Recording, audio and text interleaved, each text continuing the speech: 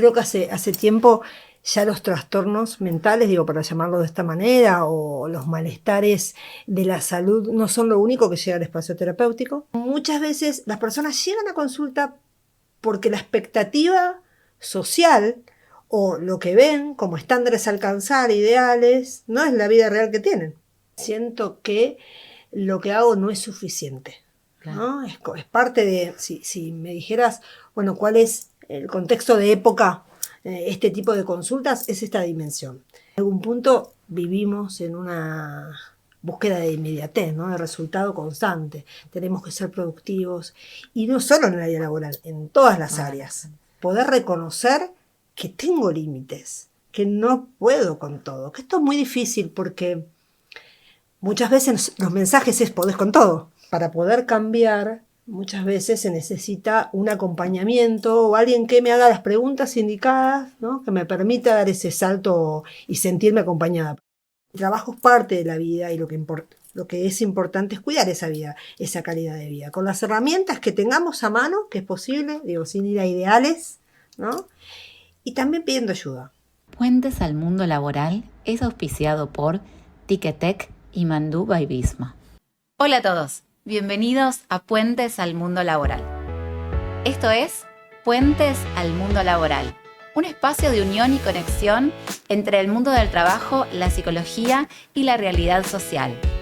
En cada espacio, en cada recorrido que vamos a realizar, entrevistaremos a referentes y a protagonistas de diferentes temáticas que nos llevan a un espacio de reflexión y conexión entre el mundo de las personas, las organizaciones y el desarrollo personal.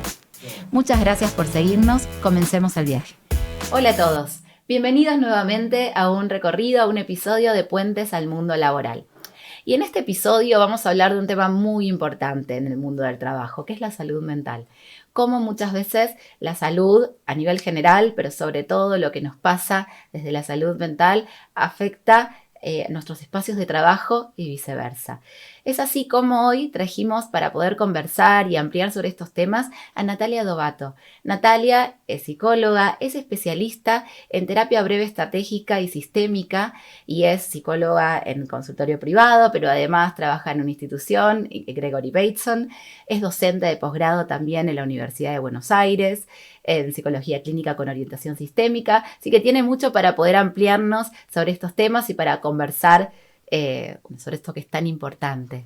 Gracias. Bueno, gracias a vos, Silvana, por la invitación, por traer esta temática tan importante que es el trabajo que llega al consultorio y que muchas veces las personas, no todas saben que uno puede iniciar un proceso terapéutico para trabajar lo laboral, ¿no? Como una parte importante de la vida de las personas. Tal cual. Bueno, a veces uno piensa en la clínica y piensa en la psicoterapia y a veces una representación que puede darse, creo que fue cambiando con el tiempo por suerte, pero ir a psicoterapia o ir al psicólogo es únicamente cuando yo tengo algo que me aqueja desde lo psicopatológico, ¿no? Y es cierto que muchas veces se puede optar por otras vías, ¿no? De trabajar en un espacio propio para abordar diferentes temáticas. Bueno, ¿cuáles son las temáticas que llegan a tu consultorio? Bueno, buenísimo esto.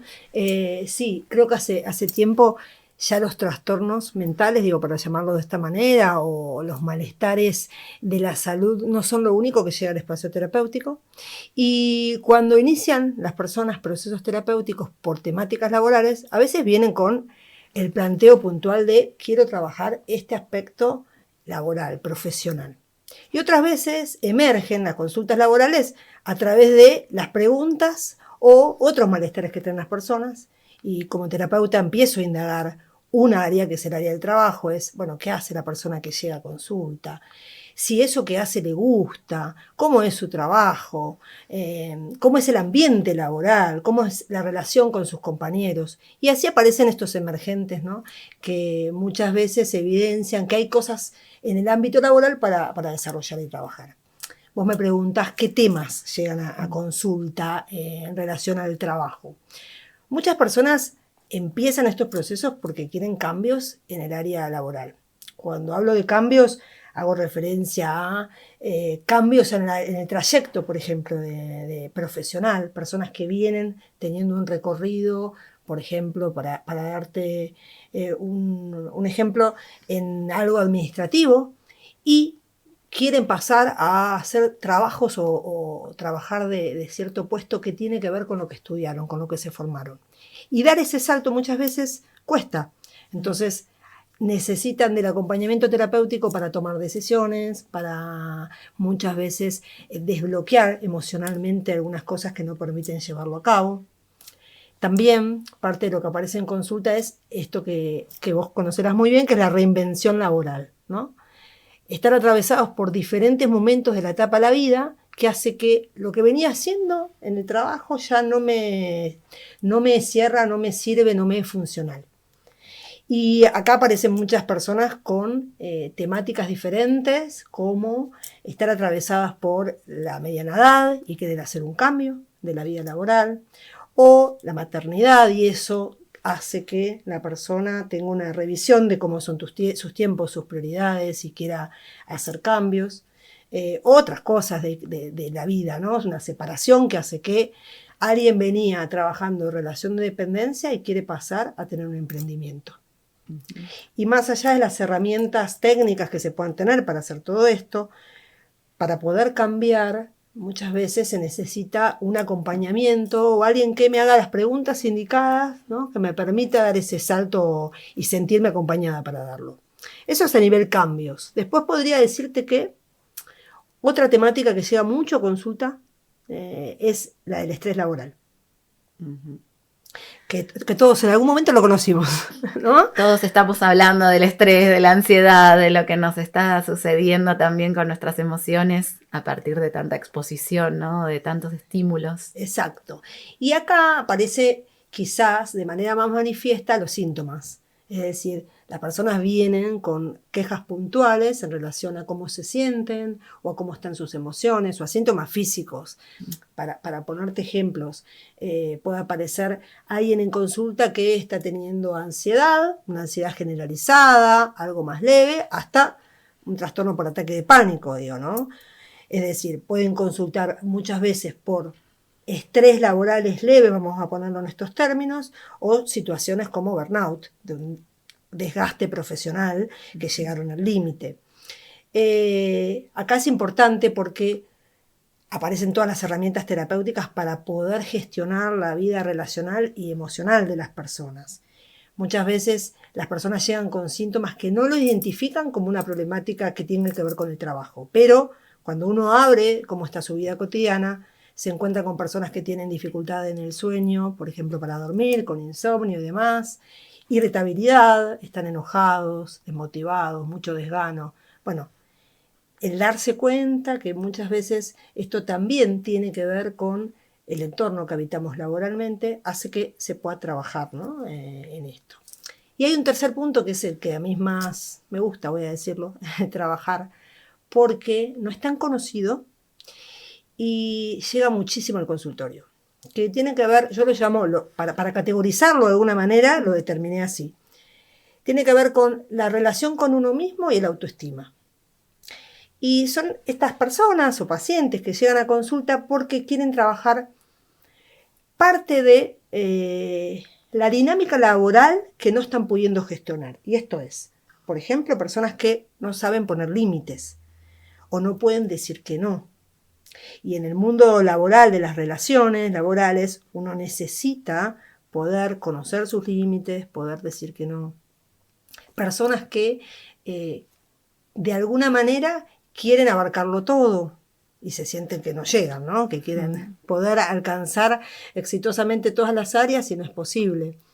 Aparece algo que hoy está muy de moda, que seguramente lo escuchaste, que es el síndrome del impostor, sí. ¿No?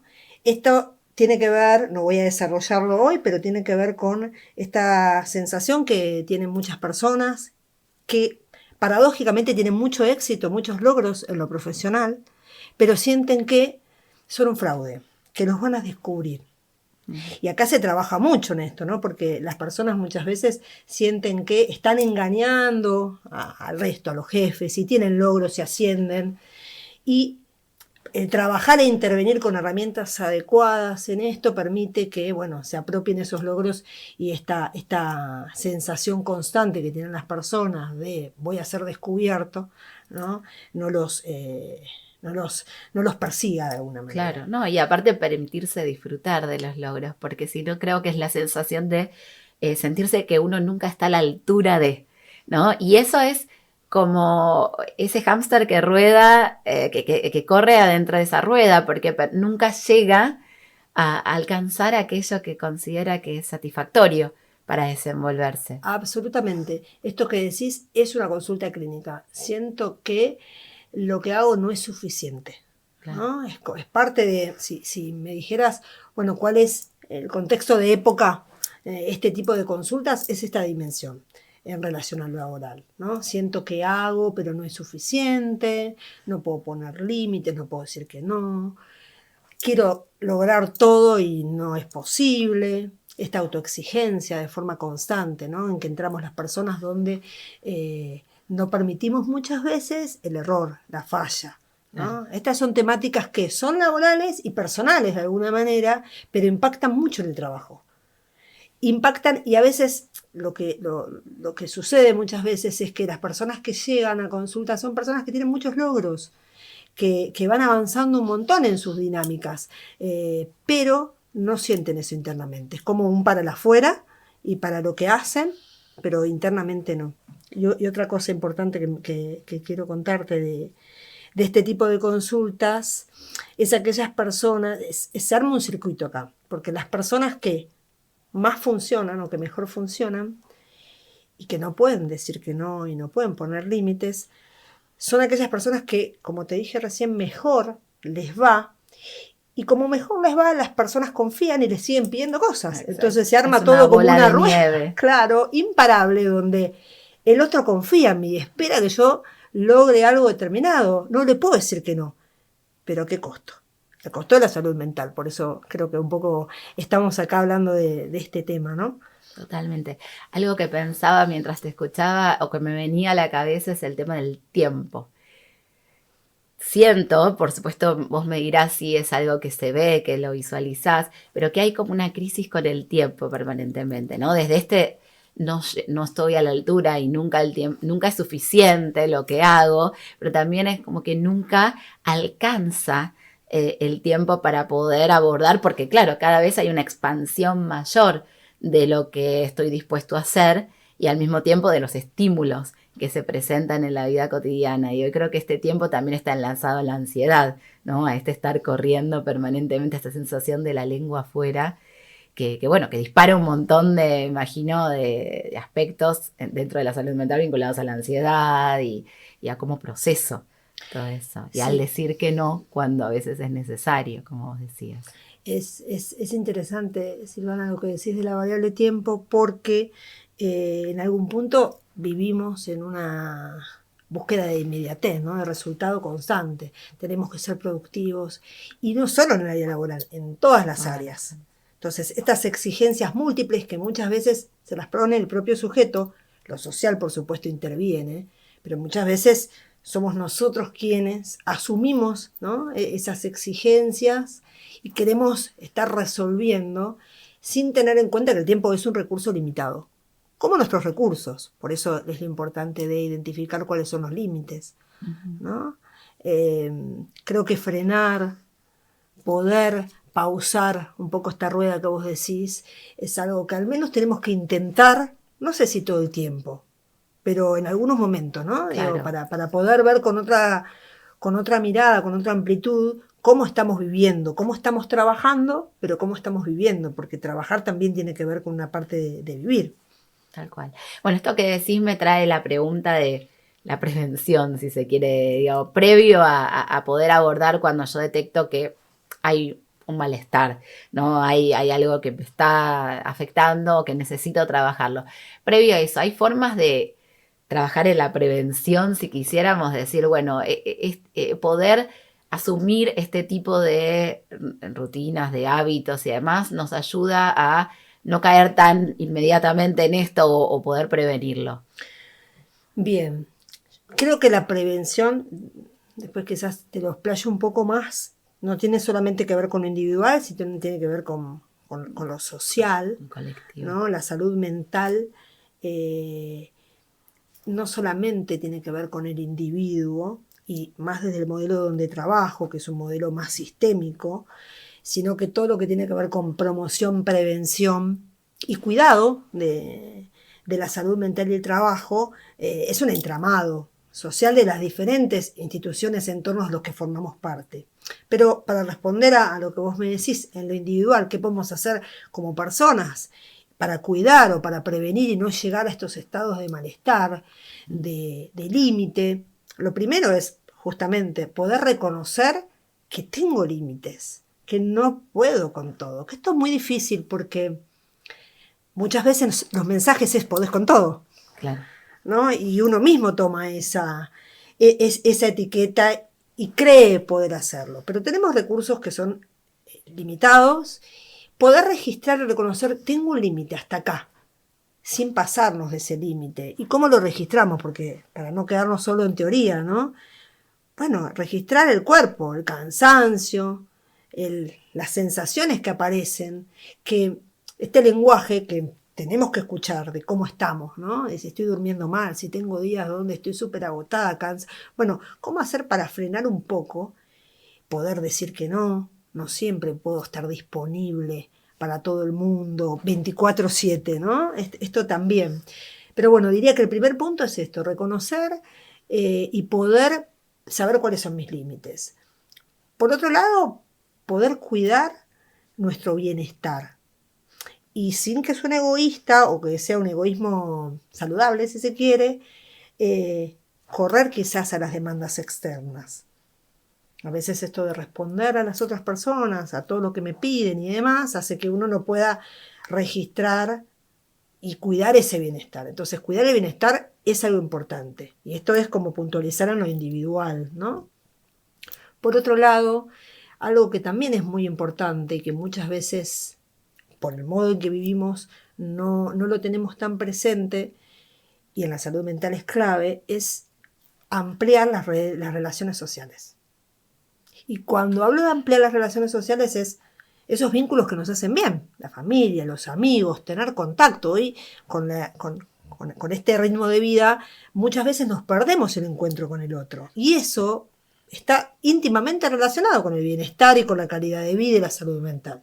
Entonces, inclusive en momentos donde uno se pueda sentir mal, lo preventivo justamente tiene que ver con no dejes de visitar amigos, familia, poder expresar, ¿sí? Poder expresar y pedir ayuda también es una parte muy importante de esta prevención. Porque a veces nuestras herramientas o nuestra mirada sobre la realidad es sesgada, es limitada. Y necesitamos de un otro, en este caso a veces a la ayuda profesional, que nos pueda ampliar y ver cómo hacer desenredar eso que traemos y venimos. Así que un poco creo que algo de todo eso es lo que tenemos que poner en marcha. Excelente. Sí, pensaba en esto del saber pedir ayuda porque muchas veces es muy complicado y también recién, sin querer ser autorreferencial, pero uno activa un montón de recuerdos también en relación a lo propio, ¿no? Y hace muy poquito tenía una charla hablando del cansancio que muchos sentimos y que muchas veces estamos en esa adrenalina constante. Hay cosas que tal vez nos ocurren, nos suceden y tal vez no podemos elegir, ¿no? Digo, en esto de poder poner un límite, hay cosas que no son posibles en un momento determinado, hay cosas que sí, ¿no? Entonces, algo que en esta charla me decían es, bueno, dentro de lo que no puedes elegir, lo vas a hacer, pero trata de que esa mochila que te llevas en la acción que vas a emprender tenga menos peso. ¿Qué cosas sí podés sacar como para poder afrontarlo de una mejor manera? Porque a veces no es el blanco, negro, todo, nada. A veces es como ir dimensionando e ir administrando, ¿no? Esa energía que uno tiene que es finita desde ya. Sí, me llevas a pensar en esto de establecer prioridades, ¿no? Digo, de alguna manera es... No pensamos en extremos, está bueno esto que decís, porque no es que poner límites implica empezar a decir que no siempre, todo el tiempo, y uno se convierte en otra persona que no es. No, si sos una persona que tiene responsabilidad, compromiso, vas a seguir haciendo un montón de cosas. El tema es que todo, como venimos hablando, no se puede. ¿Cómo elegir cuándo sí, cuándo no? Y que de alguna manera muchas veces pasa que cuando alguien pone límites o dice que no, se siente mal y es esa sensación de no estar cumpliendo. La culpa. La culpa, exactamente. Temón para estos espacios. Otro episodio. Sí. Que atraviesa todas las instancias, hace que la persona de alguna manera no tenga esa herramienta, esa capacidad. Y digo capacidad y me parece importante resaltarlo, decir, porque se desarrolla la capacidad de decir que no. Parece algo fácil, ¿no? Pero ¿cómo no podés decir que no? Bueno, es muy difícil muchas veces, porque no es el no aislado. Es todo el circuito que retroalimentamos para poder decir que no, los efectos, lo que las personas quieren conseguir, lograr en su ámbito laboral, con sus relaciones, con sus jefes. Entonces, terapéuticamente muchas veces se trabaja con intervenciones bien específicas que fortalecen o ayudan a generar esas competencias. Bien, excelente. Bueno, hablando de las intervenciones específicas, sí. Vos te especializaste en un modelo de trabajo, ¿sí? En la terapia breve estratégica y sistémica. ¿Y en qué consiste? Como para quien nos está escuchando sepa un poquito más a qué se refiere cuando hablas de sistémico, ¿no? A qué se refiere y cómo es el enfoque. Bueno, gracias por esta oportunidad de poder contar este modelo que muchas veces no es tan conocido. O estos modelos, son primos hermanos los modelos, pero tienen el mismo, como en común muchas cosas, entre ellos que son terapias focalizadas y breves. ¿Qué quiero decir con que son breves? No es que tenés 3 sesiones y ya terminó la terapia, sino que buscan, a través de las herramientas y las estrategias que implementan, reducir el malestar de la persona en el menor tiempo posible. ¿Sí? La persona llega a consulta y no vamos a estar 10 años para ir a lo que le sucede, sino que tratamos de, en el menor tiempo posible, lograr el cambio. Después hay periodos y hay trabajos terapéuticos que llevan más largo plazo, no es que son terapias que van a durar unas semanas y ya está. Claro. Y otro punto importante de este tipo de enfoques es que trabaja por objetivos.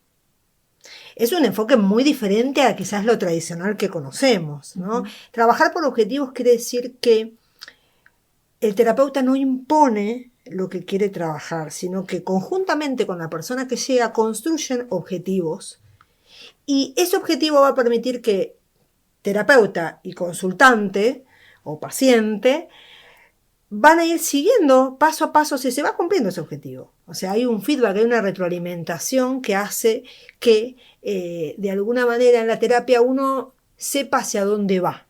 No es que va a la nada. Esto no quiere decir que no aparezcan otros emergentes en la terapia, ¿sí?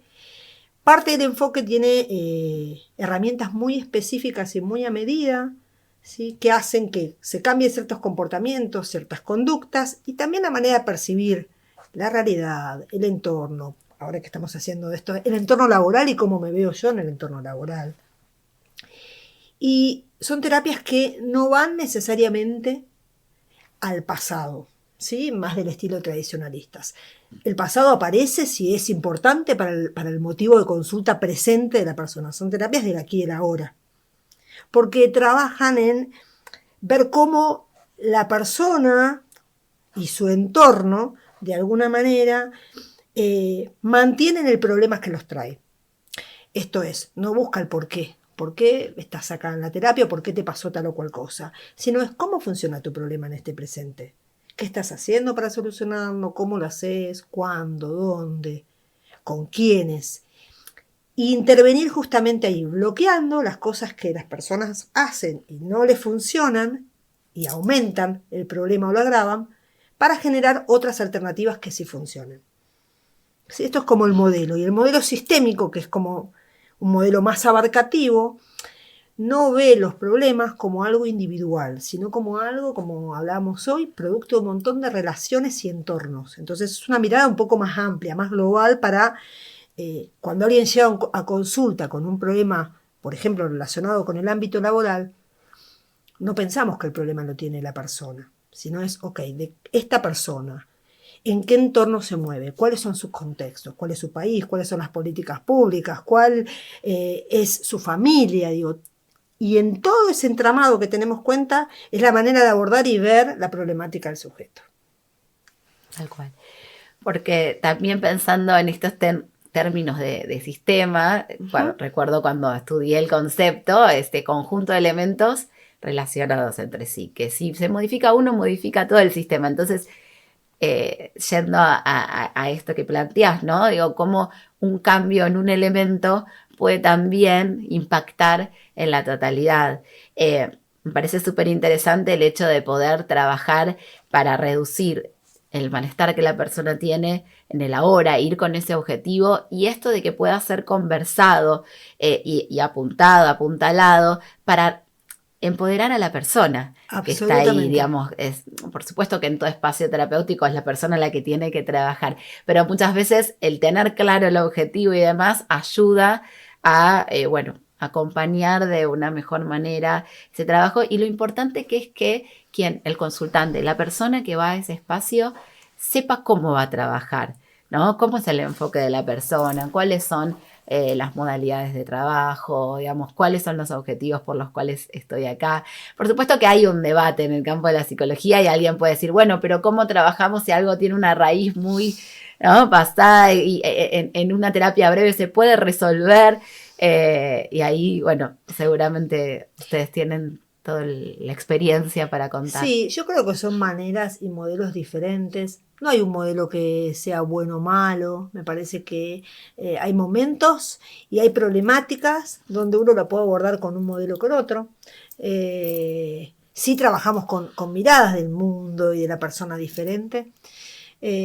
Dijiste cosas muy interesantes, entre ellas esta idea de cómo una cosa, ¿no?, impacta en el resto. Y es importante, y lo tomo en relación al tema que hoy nos convoca, que es el trabajo, ¿no? Porque muchas veces hacemos esta diferencia, popularmente, públicamente hacemos la diferencia. Bueno, no hay que juntar el trabajo con la vida personal, ¿no? Esto escuchamos. Y a mí esa pregunta me inquieta un poco. No, lo que se decía, queda afuera y uno entra al trabajo y tiene que, pero uno es uno, integrado. Exacto. Y la mirada sistémica, un poco lo que propone es, somos parte de eso, el trabajo es parte de la vida personal de esa persona, ¿no? Y claramente, si yo tengo un trabajo que no me da satisfacción, o que lo estoy pasando mal, o que llego a mi casa después del día laboral, esto de puedo cerrar la puerta y continuar y hacer una vida por fuera distinto, y en medio de un autoengaño, ¿no? Impacta, sistémicamente impacta. Como impacta mi casa, también en el trabajo, ¿no? Se retroalimenta. Así que, nada, me parece que es importante decirlo, porque muchas veces nos vemos obligados a tener que dividir y separar, y somos un todo. Somos un todo, exactamente. Bueno, y pasando a un segundo momento de esta charla, que nosotros jugamos con el título del podcast Puentes al Mundo Laboral y hablamos metafóricamente del puente. Imaginando, en tu caso, has recorrido este puente sobre el tema que estamos transitando y charlando muchas veces en tu formación, en tu especialización, en tu día a día de la práctica clínica. Entonces, desde ese lugar del recorrido que vos ya venís trayendo, tal vez plantearte, ¿no?, consultarte, ¿cómo nos ves hoy como sociedad en el consultorio, lo que venís observando? En esto que yo decía, bueno, tengo la sensación de que cada vez estamos corriendo más, o que puede haber cierta primacía de la ansiedad.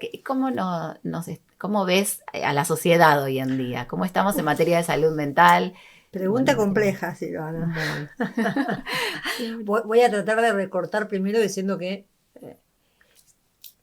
va a ser sesgada mi pregunta, porque es mi recorte particular individual, dentro de un contexto también particular, ¿no?, que es la ciudad de Buenos Aires, donde trabajo. Yo creo que en cuanto a salud mental veo algo positivo, que es que podemos hablar de salud mental, ¿no?, que está visibilizado, que hoy tenemos me estás invitando a este espacio, afortunadamente, y las dos comprendemos y entendemos, y que nos escucha seguramente nos ve, está entendiendo de qué hablamos. Eso me parece que es algo ganado, porque hace no mucho, hablar de salud mental estaba más relacionado con algo más estigmatizante, ¿no? De hecho, ir al terapeuta era para locos, entre comillas, ¿no? Entonces yo creo que en ese punto la sociedad habla ahora de salud mental, habla de las problemáticas de salud mental, tiene lenguajes que tienen que ver con la salud mental. Ahora bien, eso no quiere decir que tengamos las herramientas muchas veces para prevenir, promocionar, cuidar esa salud mental, ocuparnos, pero sí que es importante. Y un poco ahí, esto aparece mucho, vos me preguntás si estamos o no más ansiosos o no. Yo creo que hay un entorno ansiógeno, más que estar ansiosos en lo individual. Hay una invitación constante a subirse a ese tren. Que es difícil escapar de ahí, claro. Y quizás este entorno más ansiógeno promueve esto que venimos conversando, que tiene que ver con la hiperconectividad, las exigencias constantes. No estamos todos corriendo en búsqueda de ciertos logros. Los consultantes que yo atiendo muchas veces se ve esta dinámica, ¿no? Voy en pos de un objetivo, lo logro y no terminé de disfrutarlo porque está la tensión de lo que viene después. O algo que creo que también está hoy por hoy muy visible dentro de la salud mental es las escenas de las redes sociales. Digo escenas porque son recortes muy armados de vidas ideales o romantizadas. Es el Pinterest de la vida cotidiana, ¿no? Que muchas veces las personas llegan a consulta porque la expectativa social o lo que ven como estándares a alcanzar, ideales, no es la vida real que tienen. Entonces, afecta la salud mental. Es eso, ¿no? Digo, en ese sentido, creo que el entorno ansiógeno también hace eso. Muestra una parte que no es lo real, es una realidad ficcionada en algún punto, que hace que impacte en la salud mental de las personas. Sí. Y si querés, digo, para agregar, bueno, esto que charlamos hoy, ¿no? La exigencia, la producir todo el tiempo, tenemos que estar productivos, tenemos que, agrego algo más, tenemos que disfrutar de estar productivos, además, que sí. Eso lo hace todavía un poco más, me sale perverso, pero tiene que ver con esto, ¿no? Muy fuerte, tenés que llegar al 100 y llegar bien, porque ese es la meta. Bueno, esto hablo cuando hago hincapié del entorno ansiógeno y de las consultas que me llegan al consultorio. Tal cual. Excelente. Bueno, y para cerrar, ¿no? Una última consulta que también juega con la metáfora, que tiene que ver ya con haber transitado en esta charla nuevamente un puente que conecta con la salud mental en el trabajo. ¿Qué recomendación final darías o qué síntesis, qué rescatarías de esto que hablamos? Sobre todo pensando a alguien que, escuchando esta charla, dice, bueno, me sentí identificado con alguno de estos temas, estoy empezando a transitar o a sentir cierto malestar, quisiera saber cómo manejarme. Ok.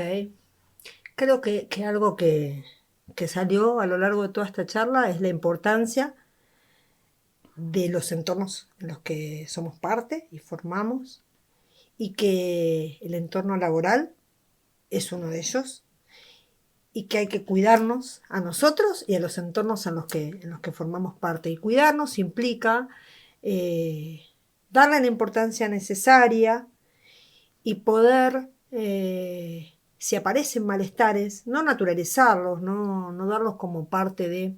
Hay algo ahí en el malestar que, si el malestar es estacional o momentáneo, ok, puede pasar. Me puede doler la cabeza un día, no pasa nada. Pero si me duele la cabeza de forma constante, tengo que poder frenar, poder escucharme y generar o construir entornos que me permitan tener una vida saludable, ¿no? No olvidarse de eso, de que el trabajo es parte de la vida y lo que es importante es cuidar esa vida, esa calidad de vida, con las herramientas que tengamos a mano, que es posible, digo, sin ir a ideales, ¿no? Y también pidiendo ayuda. Bueno, muchísimas gracias por este espacio, por abrirnos todos estos temas que son de suma importancia y súper interesantes. Un placer charlar con vos. Yo te agradezco en serio esta oportunidad, esta conversación que siempre trae crecimiento porque te modifica y la posibilidad de contarles a las personas qué se hace en una terapia más allá de lo que uno piensa y conoce popularmente. Exactamente. Así que gracias, Sil, por esta oportunidad. A vos. Y gracias a ustedes por acompañarnos. Si algo de lo que charlamos en esta conversación les resonó, consulten, ¿sí? Que puedan también extender su consulta, comunicarse con Natalia o con un profesional para recibir ayuda. Gracias por acompañarnos en este recorrido y nos vemos la próxima. Esto fue Puentes al Mundo Laboral, auspiciado por Ticketek y Mandú by Visma. Agradecemos el apoyo de Confitería La Ideal, 2Ls, English Point, Artística Tesis y Agua Salvador.